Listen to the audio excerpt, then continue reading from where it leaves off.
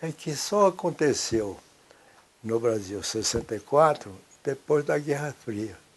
A Guerra Fria é que fez isso. O Brasil já conhecia a Revolução Cubana, já conhecia a experiência da Rússia e temia-se muito o comunismo. Essa modificação da, da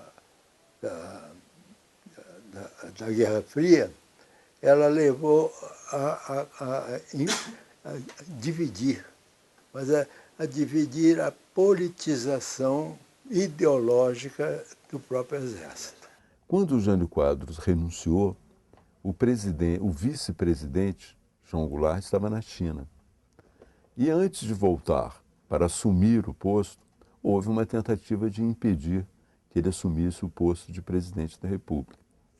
E essa tentativa já foi considerada um golpe branco. Bom, volta o Jango. Agrava-se o problema militar. Olha, ali havia, na opinião pública, duas correntes. Uma que entendia de que o presidente João Goulart se preparava para um golpe, que se denominava um golpe de esquerda, em função das posições dele, e a outra que entendia que tinha que haver um contragolpe em relação ao Jango. Então, a impressão que se tinha na leitura dos jornais, no acompanhamento do noticiário de imprensa, é de que você tinha dois movimentos em andamento. Um pró-Jango, uma contra-Jango. Eu não acredito que o Jango daria o golpe. Repare você que tudo foi feito de uma maneira que deixa claro que o Jango não está preparado para coisa nenhuma e foi conduzido por um tipo de debate que eu acho que aí foram as esquerdas que foram coagindo, no sentido de que é uma manifestação do Jango. E ele dizia uma coisa que eu nunca vou esquecer: essa gente não entende. Essa é uma coisa importante que devia ser analisada. Esse pessoal quer fazer, que nós fizemos reforma agrária, querem que eu faça aqui, num governo difícil que nem o meu, que eu faça tudo da noite para o dia. O que eu acho que nós temos que fazer é 20% que vamos conseguir no Congresso, 20% do que nós desejamos. É verdade. Na hora de aplicar, eu empurro mais 20%. E aí o rumo, as reformas tomam um caminho que fica irreversível. E eu concordei, achei que estava correto. Não, os caras querem fazer tudo na marra. Eu digo, na marra não sai. Eu trabalhava no Jornal do Brasil e trabalhava no panfleto. Nós houve, antes do golpe de Estado, houve um grande comício na Central do Brasil. Né? Esse comício nós cobrimos para o panfleto, havia dois bons fotógrafos também no jornal, nós cobrimos para o panfleto, e esse comício reuniu toda a nata da esquerda, né? Foram todos falar. E ali havia um componente que era muito delicado para as Forças Armadas, que era o movimento dos marinheiros. Né? Os marinheiros no Brasil tinham já uma tradição de revolta, né, na história. E incomodava muito os militares aquela presença dos marinheiros no movimento da esquerda, associados à esquerda. Indicava aquilo ali, que a possibilidade da tomada do poder era maior, porque eles começavam a ter, digamos, ramificações nas Forças Armadas. O Jango cometeu o erro de ir daquele almoço dos marinheiros, que foi ridículo. Um presidente da República se reunir com marinheiros, se reúne com os 4 estrelas.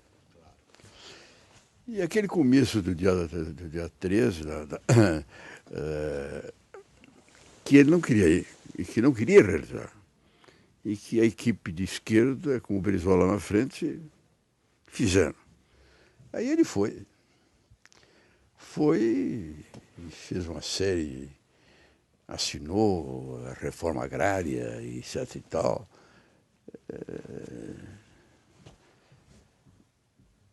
E aí é que levou as coisas a acontecerem. Está aí no livro do Prestes, onde ele diz, nunca, qual seria o oficial do Exército que aceitaria é um presidente da República que fizesse um comício com os subordinados todos dele. Então, é o comício do Jango no Automóvel Clube. Foi quando, então, veio o golpe de Estado, né? O golpe de Estado foi caracterizado inicialmente pela vinda das tropas de Juiz de Fora, né? As tropas de Juiz de Fora foram comandadas por um general chamado Olímpio Mourão. E o Jango telefonou para o Kruger, comandante do 2º Exército, que tinha sido ministro da guerra dele. E amigo pessoal, muito amigo dele.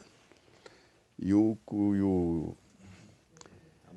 o Amaury Kruger disse para o Jango: você deu um manifesto, deu uma nota. E eu vou em direção a Minas Gerais, a Juiz de Fora. E o Jango se recusou.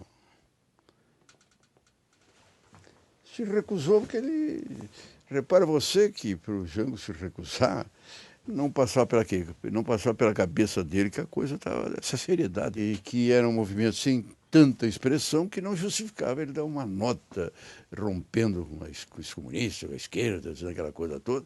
Então, e aí o Kruger, em vez de ir em direção a Juiz de Fora, foi em direção ao Rio. E ele que estava no Rio foi para Porto Alegre. Eu morava naquele momento num apartamento uma kitnet num lugar chamado 200 da Barata Ribeiro, um edifício famosíssimo no Rio de Janeiro, e moravam 5 jornalistas. E um daqueles jornalistas foi buscar as armas, porque supunha-se que a resistência se daria através da distribuição de armas que o Aragão faria, né? E o Aragão realmente determinou que as armas fossem distribuídas. Eles fizeram uma fila lá, esperando as armas, para resistir ao golpe militar. Mas acontece que os oficiais receberam a ordem, mas começaram a fazer uma espécie de operação padrão. Eles burocratizaram tanto a entrega das armas que quando se deram conta, as pessoas esperando, o golpe já tinha se consumado. Eu estava no Rio de Janeiro, era advogado do sindicato, e quando eu cheguei no banco que eu trabalhava, que era o Banco Indústria e Comércio de Santa Catarina, eles me disseram: olha, começou uma rebelião lá em Juiz de Fora. Eu achei graça. Quando eu voltei da cidade para Copacabana, para o apartamento do meu pai, eu vi já os tanques ali no Flamengo, que eram os tanques que o Lacerda estava se protegendo. E eu considerei o assunto liquidado. O Jango ganhou. Para mim, o Jango tinha a força. E aconteceu o contrário. Eu acabei assistindo cenas na TV Rio do Coronel Montanha entrando e dominando o Forte Copacabana, etc., vista na televisão. E o povo veio às ruas aprovando o movimento. Nós estávamos na madrugada, nós estávamos em Porto Alegre. Aí a notícia veio: o Jango está chegando. Então nós estamos no aeroporto. O comandante do 3º Exército, que tinha recém chegado lá, a favor do Jango. E nós estamos ali esperando ele.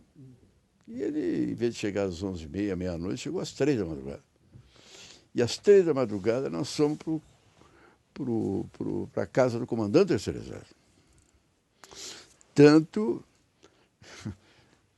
que é quando o presidente do Senado declara vaga a presidente da República, o presidente da República está em lugar incerto e não sabido, o Tancredo gritou: isso é um golpe. O presidente Tancredo, o presidente João Goulart está na casa do comandante do 3º Exército em Porto Alegre. Tem alguma dúvida, telefone para ele. Isso é importante. Tem alguma dúvida, telefone para ele. E se o senhor nos der, aí diz o Darcy Ribeiro, que era o que estava ali, e se nos derem 3 horas, ele vem aqui. E o João Goulart estava na casa do comandante do 3º Exército. Eu estava lá. Aí o Brizola queria que ele fizesse o movimento, nomeasse o general comandante do 3º Exército, ministro do Exército, na época era ministro da Guerra, ele, Brizola, ministro da Fazenda, e começasse a resistência, uma nova legalidade para vir embora. E aí foi se discutindo isso. O comandante do 3º Exército, muito firme do lado do Jango, mas foi dizendo: sou obrigado a dizer, presidente, nós vamos até o fim. Mas o 3º Exército não está unido, nós temos muita divergência no interior. tal lugar, tal lugar, tal lugar. E aí o Jango pensou, refletiu, vieram a notícia do país. O negócio do Cruel deixou ele muito magoado quando o Cruel estava chegando no Rio de Janeiro, em direção ao Rio, e ele decidiu ir embora. Não, eu não quero um derramamento de sangue, vai ser uma guerra civil, eu prefiro ir embora.